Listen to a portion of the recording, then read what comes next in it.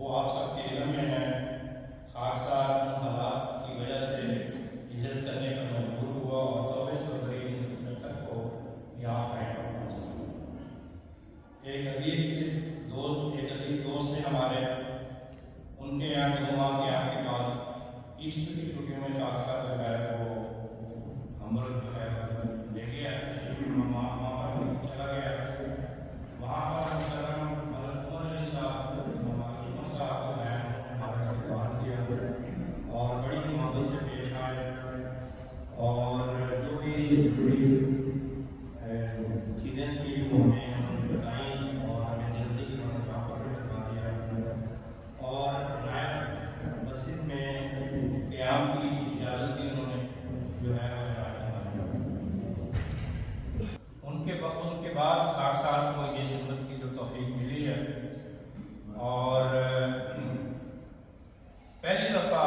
مکرم اجازت طلبائی کی اجازت ملتی ہے اور ہم نے سٹی سینٹر میں میوکیبل شاہ جو ہمبرگ شہر کا مین ریلوے اسٹیشن کے پاس جو شہر ہے، وہاں پر خاکسار نے پہلا جو بک سٹال ہے وہ امیر صاحب کی جو ہے مطلب ہے کہ رہنمائی میں ہم نے وہاں پر لگایا۔ مزے کی بات یہ تھی، یہ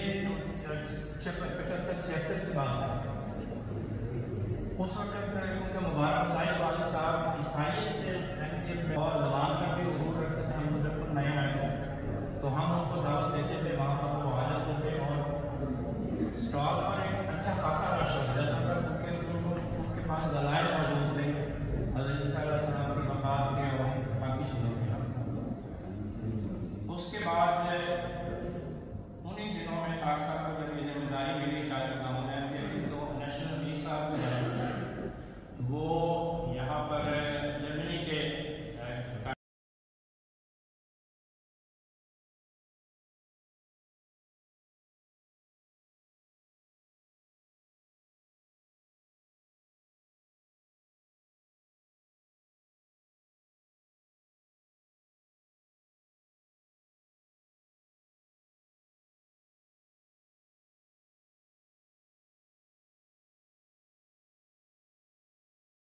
سوچا کہ خاکسار کو باہر کسی ملک میں بھیجا جائے، لیکن اب یہ فیصلہ کرنا مشکل تھا کہ کون سے ملک میں بھیجا جائے۔ چنانچہ انہی دنوں میں ایک ہمارے خاندان کے بزرگ ہمارے گھر تشریف لائے، ان سے اس مسئلے کا ذکر کیا کہ ہمیں بھیجنا تو باہر ہے، لیکن کون سے ملک میں بہتر ہے، کہاں بھیجا جائے، کیونکہ ان کے اپنے بھی 2 بیٹے یورپ میں پہلے جا چکے تھے۔ تو انہوں نے یہی مشورہ دیا کہ بہتر یہ ہے کہ ہم قرآن سے کر لیتے ہیں، جس ملک کا بھی قرآن نکل گیا ہم اس کو بھیج دیں گے۔ سب نے اتفاق کیا کہ ٹھیک ہے، اسی میں ہی اللہ تعالیٰ کی مصلحت ہوگی۔ چنانچہ انہوں نے 4-5 پرچیاں لکھ کے میز کے اوپر سامنے پھینکی اور مجھے کہا کہ ان میں سے ایک پرچی اٹھا لو۔ ایک پرچی میں نے جو اٹھائی اس کو کھولا اور دیکھا کہ اس میں جرمنی لکھا ہوا، تو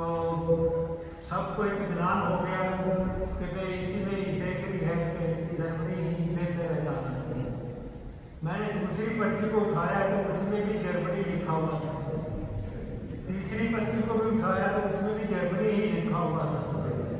تو انہوں نے بزرگ نے میری طرف اشارہ کیا کہ بالکل خاموش رہے، تو انہوں نے کوئی بات نہیں کرنی، اور باقی پرچیاں بھی انہوں نے سنبھال لی۔ یعنی کوئی ایک خاص مسئلے کی یا ایک اطمینان دلانے کے لیے یہ انہوں نے ذکر کیا۔ تو بہرحال اللہ تعالیٰ کا فضل ہوا کہ میں جلدی یہاں پہنچ گیا، کیونکہ پہلے میرا بھتیجا فضل الرحمان 1 سال پہلے میرے سے یہاں آ چکے تھے۔ تو یہ اللہ تعالیٰ کا خاص فضل ہے جو لوگوں کی وجہ سے ہمارا اطمینان ہوا۔ اللہ تعالیٰ کے فضلوں میں سے سب سے جو بڑا فضل جرمنی میں پہنچ کر مجھے ملا وہ یہ ہے کہ اللہ تعالیٰ کے فضل سے مجھے